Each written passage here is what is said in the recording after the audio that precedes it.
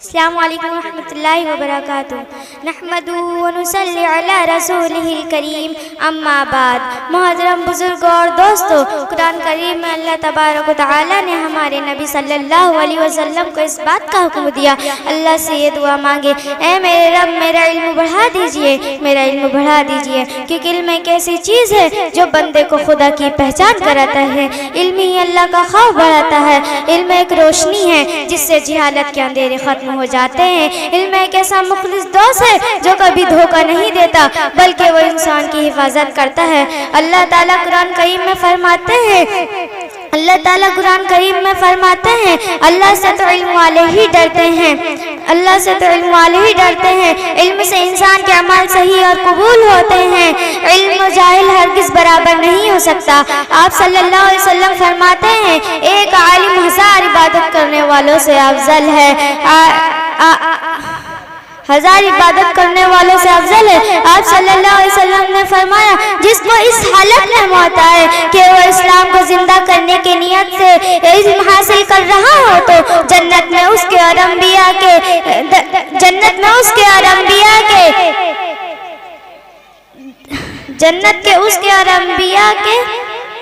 درمیان صرف ایک درجے کا فرق ہوگا۔ اللہ تعالی ہم سب کو علم سیکھنے اور سکھانے کی توفیق عطا فرمائے، آمین۔ وآخر دعوانا ان الحمدللہ رب العالمین۔ السلام علیکم ورحمۃ اللہ وبرکاتہ۔ فرحہ فرحہ ہیں، آ جائیں۔ السلام علیکم ورحمۃ اللہ وبرکاتہ۔ لبیک یا اقصی، لبیک یا اقصی، اللہ کی نعمت ہے اقصی، مومن کی ہمت ہے اقصی، اسلام کی زینت اقصی، قبلہ اول اقصی، لبیک یا اقصی، لبیک یا اقصی۔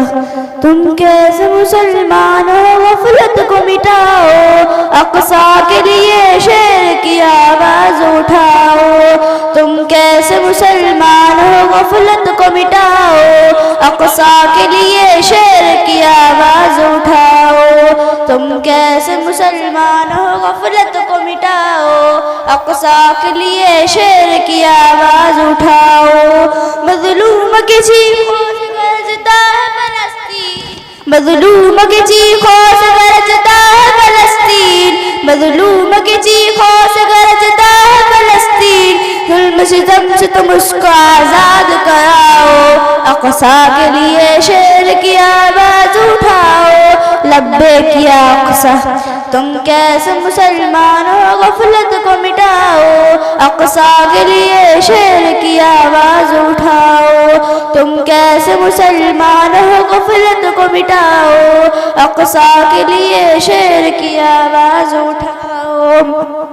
یا رب قدیر اس کو تو دنیا سے مٹا دے، یا رب قدیر اس کو تو دنیا سے مٹا دے، یا رب قدیر اس کو تو دنیا سے مٹا دے، جس نے بھی کیا مسجد اقصی پہ چڑھاؤ، اقصی کے لیے شیر کی آواز اٹھاؤ۔ لبیک یا اقصی۔ تم کیسے مسلمان ہو، غفلت کو مٹاؤ، اقصی کے لیے شیر کی آواز اٹھاؤ۔ تم کیسے مسلمان ہو، غفلت کو مٹاؤ، اقصی کے لیے شیر کی آواز اٹھاؤ۔ ماشاءاللہ، سبحان اللہ۔ کہتے ہو اگر دین کے غازی ہم حافظ، کہتے ہو اگر دین کے غازی ہم حافظ، کہتے ہو اگر دین کے غازی ہم حافظ، مظلوم فلسطین کی امداد کو آؤ، اقصی کے لیے شیر کی آواز اٹھاؤ۔ لبیک یا اقصی۔ تم کیسے مسلمان ہو، اقصی کو، تم کیسے مسلمان ہو، غفلت کو مٹاؤ، اقصی کے لیے شیر کی آواز اٹھاؤ۔ ظالم جسے قبضان کی صورت میں لگے ہے، ظالم جسے قبضان کی صورت میں لگے ہے، ظالم جسے قبضان کی صورت میں لگے ہے، تو جلدی کرو مسجد اقصی کو بچاؤ، اقصی کے لیے شیر کی آواز اٹھاؤ۔ تم کیسے مسلمان ہو، غفلت کو مٹاؤ، اقصی کے لیے شیر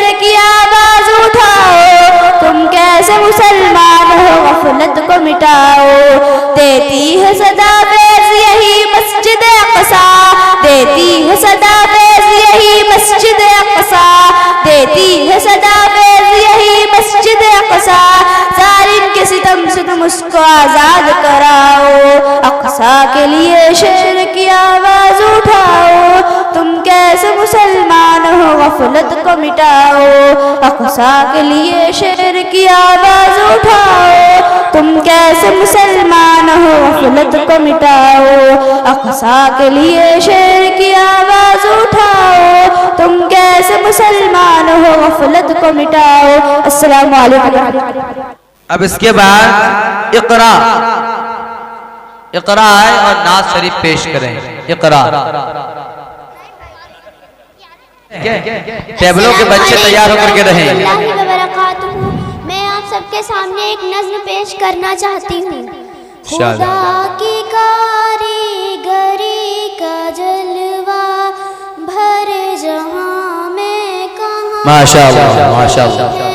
خدا کی کاریگری کا جلوہ بھر جہاں میں کہاں نہیں ہے، زمین پہ بن باپ کے ہے عیسیٰ، زمین پہ بن باپ کے ہے عیسیٰ، فلک پہ آدم کی ماں نہیں ہے، سبحان اللہ ماشاءاللہ۔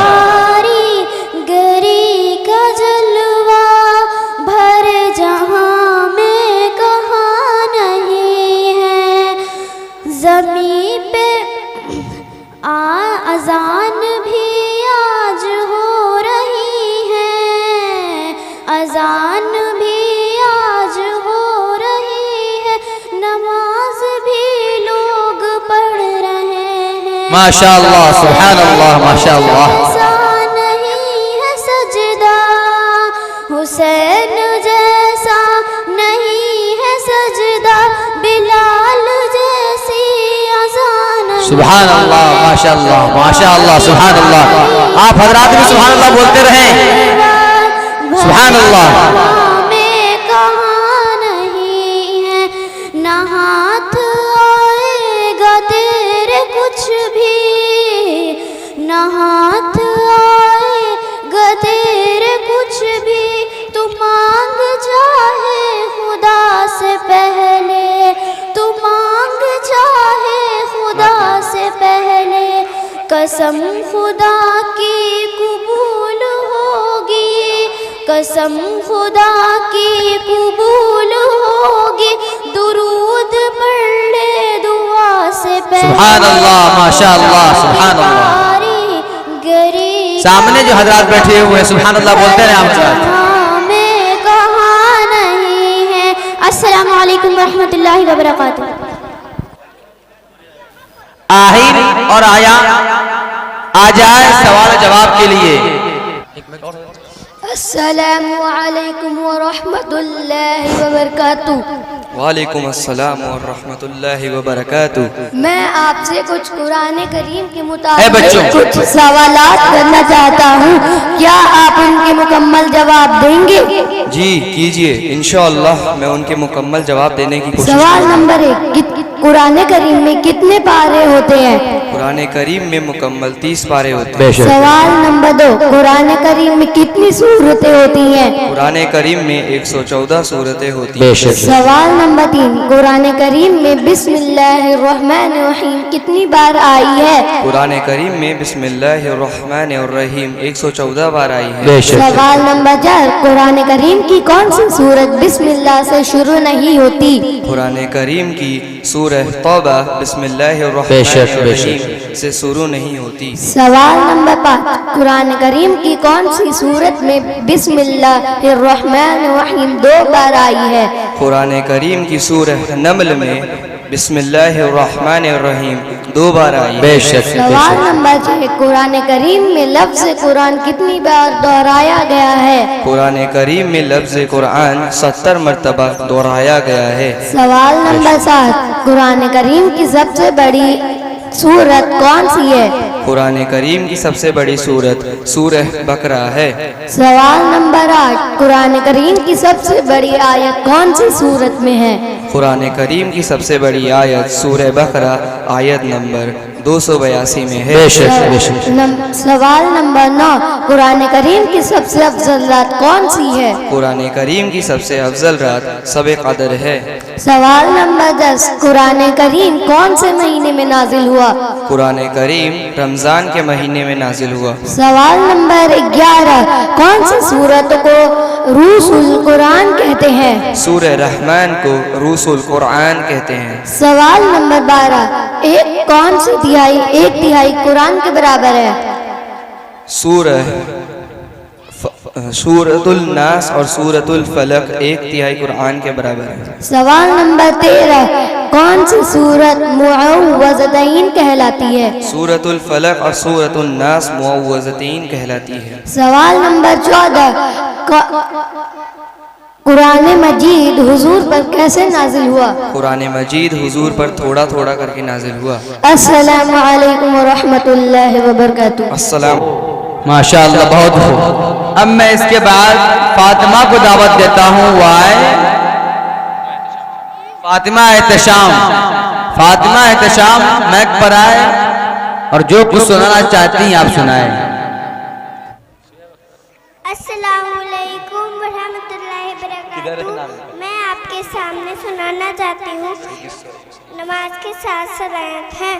نمبر 1 بدن کا پاک ہونا، نمبر 2 کپڑوں کا پاک ہونا، نمبر 3 جگہ کا پاک ہونا، نمبر 4 سطر کا چھپانا، نمبر 5 نماز کا وقت ہونا، نمبر 6 قبلے کی طرف رخ کرنا، نمبر 7 نیت کرنا۔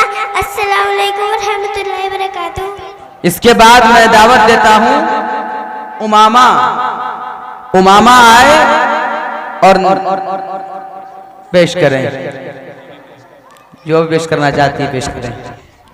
السلام علیکم ورحمۃ اللہ وبرکاتہ۔ وعلیکم السلام ورحمۃ اللہ۔ عزیز استاد کرام، عزیز مہمان گرامی اور میرے پیارے بھائی بہنوں، میرا نام امامہ ہے۔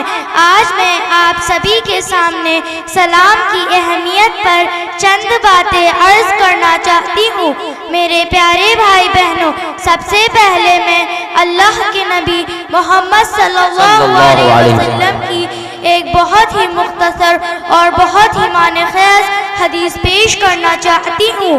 نبی کریم صلی اللہ علیہ وسلم نے فرمایا، افشوا السلام بینکم، یعنی آپس میں سلام کو عام کریں۔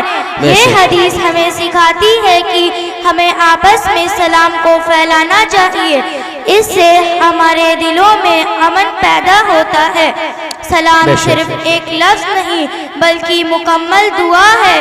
جب ہم کہتے ہیں السلام علیکم ورحمۃ اللہ وبرکاتہ تو اس کا مطلب ہوتا ہے اللہ آپ کو سلامتی دے۔ اسلام نے سلام کو بہت اہمیت دی ہے۔